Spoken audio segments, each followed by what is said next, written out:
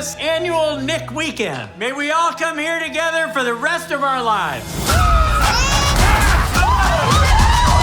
No. Let's just go. Tina Fey, Will Forte, I love this season. It's so cute. It's not even cute is undoing it, but I love how these characters have grown up a little bit since losing Nick. Because it does mess with the dynamic and it forces friendships to like kind of reprioritize. What were you hoping for this couple going into the new season? I guess I should answer that right from the writer's room point of view. Well, we hope that people, like, it was funny, this time last year, we were talking to journalists and so many people would come in and be like, I hated you. like so many women were like, you remind me of my husband. So I do feel like we hopefully people like still relate to them, but like still can see both sides of like why they're actually very good people and good. But I shouldn't say that. Not everyone hated you, Will. Just that one lady who's probably divorced now. I loved him. Yeah, he's a sweetheart. He's an absolute sweetheart. I thought Kate, she gets a couple drinks of, a couple glasses of wine in her. Kate's a bitch. Yeah. So hopefully we're seeing like the kind of layers underneath that with them and understanding why they're a good pair and that we're hopefully still rooting for them. Did either of you realize that the idea of what they do in Italy together would be such an exhausting filming experience? Because I can only imagine how many takes it took to film your final sequences. Well, you had to run a lot more than me, and uphill and stuff. But it's, I do this weird thing where I have a Fitbit and I've been trying to get 20,000 steps a day. So oddly, it was like I was too aerobically fit and I had to really act tired. So it was like, that sounds like that's a real humble brag, I know. But like, it was, just trying to, it was fun. I was getting my steps in for sure, but it was, at the very end when we were trying to pretend like we were, there was just so much going on. Even I, who was way less fit than you, I was like, am I secretly super fit? Or maybe it was just adrenaline because I was like, I thought I was like thinking like that's going to be a really hard day. But we actually kept running and we kept like doing jumping jacks and like high knees to try to get more winded before we did that final run. It did feel like I felt really happy with how we both looked pretty tired. That's great. Yeah. You look haggard. Like you especially. Yeah. You look haggard. But so Will, I said tired, not haggard, just for the record. Yes, tired. Well, I've always been a fan, but I do feel like this role, last season was almost kind of like revelatory at how good you are at nailing those dramatic points of a very funny person. Are you talking to me? Yeah. Oh. I didn't hear the first part. That's so nice of you to say. Lovely, because you've always been so funny but it was so well calibrated how this guy who is a funny character took the hits and then sort of rolled with it. But like we saw where he got hurt. We saw where he was trying. It was really lovely. I tell you, these writers make it so easy. I appreciate you saying that, but it is all thanks to Tina and the writers. Like they really do this amazing job of just laying out this path. So it's, with the words I get to say, it's easier than it seems. It's really, and this season, it's nice to see that they're working on their stuff, that they are communicating, but they're mostly communicating about we need to communicate. Yeah. Yeah. And then they actually get that breakthrough, which is so nice because if we go into a season 3, I really want to see this couple as like kind of, they can now be the heart of the group that you thought Nick was. Mm-hmm. Yeah. That would be great. Let's consider that a pickup. There we go. Now, I've asked some of your co-stars, what would you say were your favorite summer vacations ever? In real life? Yeah. Well, I'm a Jersey Shore girl. And so is Tracy Wakefield, and that's why we wanted to set one of the seasons at the Jersey Shore. We filmed in Ocean Grove, which was Tracy's town. Very nice. I'm more South Jersey. Yeah. I like a Cape May, a wild one. And Ocean Grove is a great substitute for Cape May. Yeah, good. Okay, good. It felt like it was because obviously I'm from that the Philadelphia area, and I know it's Cape May, and you're basically a local there at this point. But it looked like it and it felt like it. Good. Yeah. Will, what's your favorite summer vacation as a Californian? I have two different. Number one, I got to spend a summer in Alaska as a kid, which was amazing. I worked on the docks. It was this totally new experience. And then the flip side of it is a couple of years ago, I got to go to Martha's Vineyard and have this like week with a bunch of old friends with Seth Meyers and Wig. And that was just lovely. Just such a different type of thing. But just getting to spend time with these people you used to spend a lot of time with, but don't get to see that much anymore. And just like being together for basically all day, every day for 4 or 5 days. It's what a treat. What do you think Jack and Kate's home is like? I think, well, we know it has a chevron backsplash, right? Because Danny makes fun of it this year. By the way, I have a chevron floor in my apartment, so I can take that hit.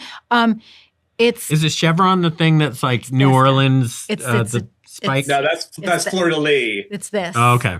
Yeah. Oh, gotcha. I think they live in suburban New Jersey. I would say the value of their house is like maybe because of the town, it's probably like maybe $108,000 listing price.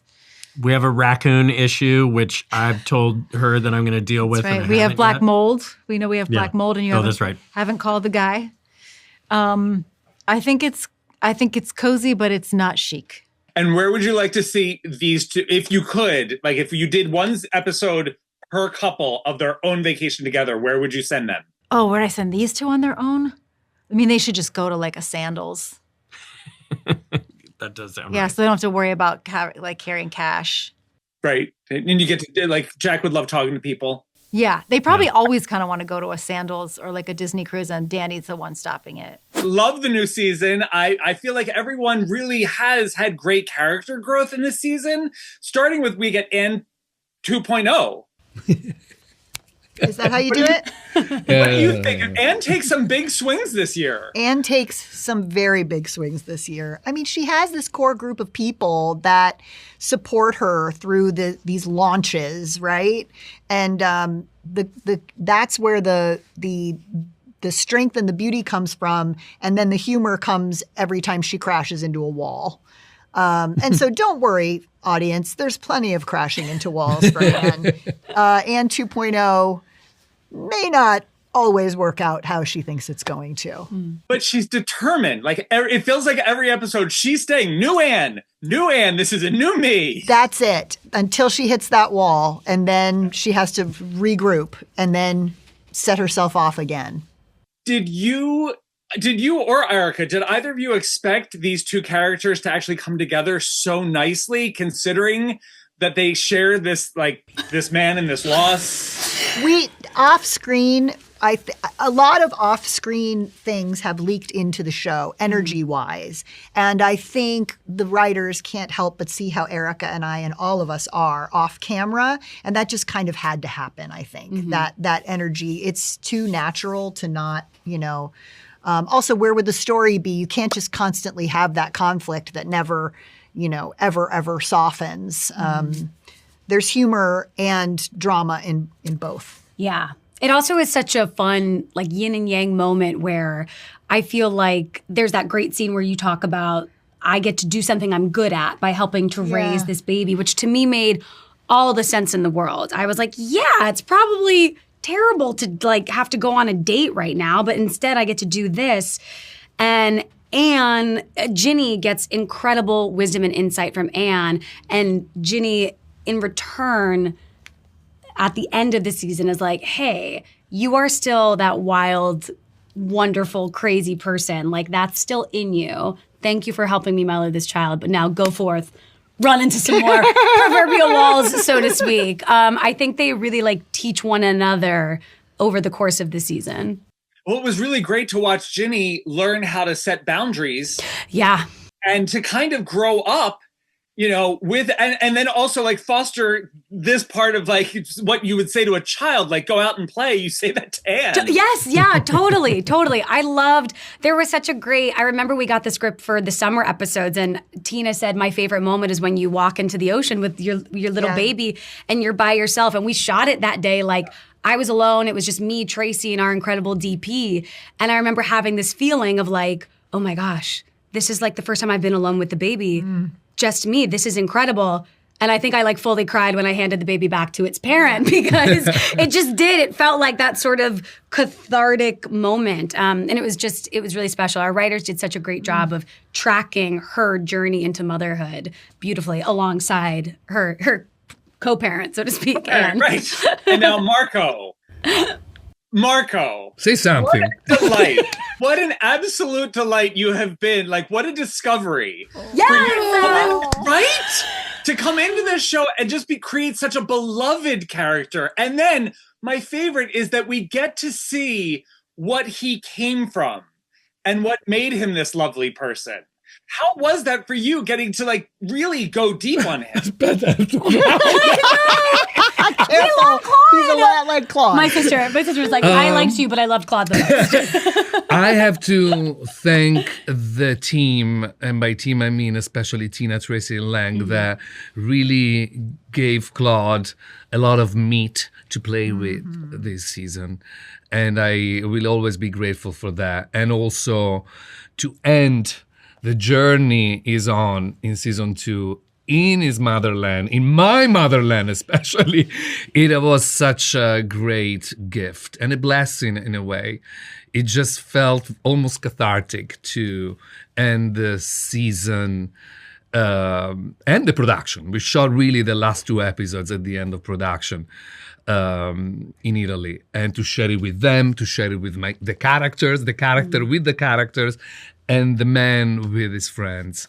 It was really wonderful. Thanks for the beautiful things. Oh my God. And you and Coleman have such a lovely arc this season, because it really, for all 3 of these characters, family matters really come into play. And we start to see that, like, yes, this is a found family of friends, but then you also have outside family, and the way you deal with what Coleman's character goes through. And I don't want to spoil the ending because it's so lovely. No. But I welled up. I just thought it was such a lovely move. Oh, thank you. It's like, I think everybody's journey informs and influences the journey of one another. Like, there is we're all dealing with loss and grief, and we're all dealing with, what's next? And what is life for? What is meant for? And for a middle-aged gay couple, there's some, this is a tricky question, because spontaneously you don't really think of motherhood or fatherhood, right? So it is beautiful to see them navigating those realities and challenges of that question, of that decision, and also with some surprisings. For me, it was surprising to see how they developed that storyline for us. Yeah, there's such love in that moment. And that's why I love this season so much. It seems like everyone grew up from the stuff that they went through last season. So, and I have to wrap you, but before I let you go, because we're heading, the show's premiering in the summer. What was your favorite summer vacation ever? Oh wow! I don't know why my first one is in Morocco with a dear friend. 25 years ago, and this dear friend passed away last year, right before the 4th season was airing, and she would have been so proud and happy about it. So, ciao Ilaria. Mine might be the ones that ended up horribly with great stories, like the time we went to Jamaica and when I was a kid and there was a horrible hurricane and we spent the entire time in the lobby of the hotel with everyone else from the hotel eating out of cans. She has weird taste. That's a party. But those are the ones I remember. Yeah. My sister took the 3 of us went to the Dominican Republic for 2 weeks together, and she was had lived there for a while, so we got to feel as close to local as I think you can. Wow. And it was just amazing. And we went dancing every night, and my mother worried about us for 2 weeks, but great trip. Angry there. Can we get your sister's number? My sister is the coolest.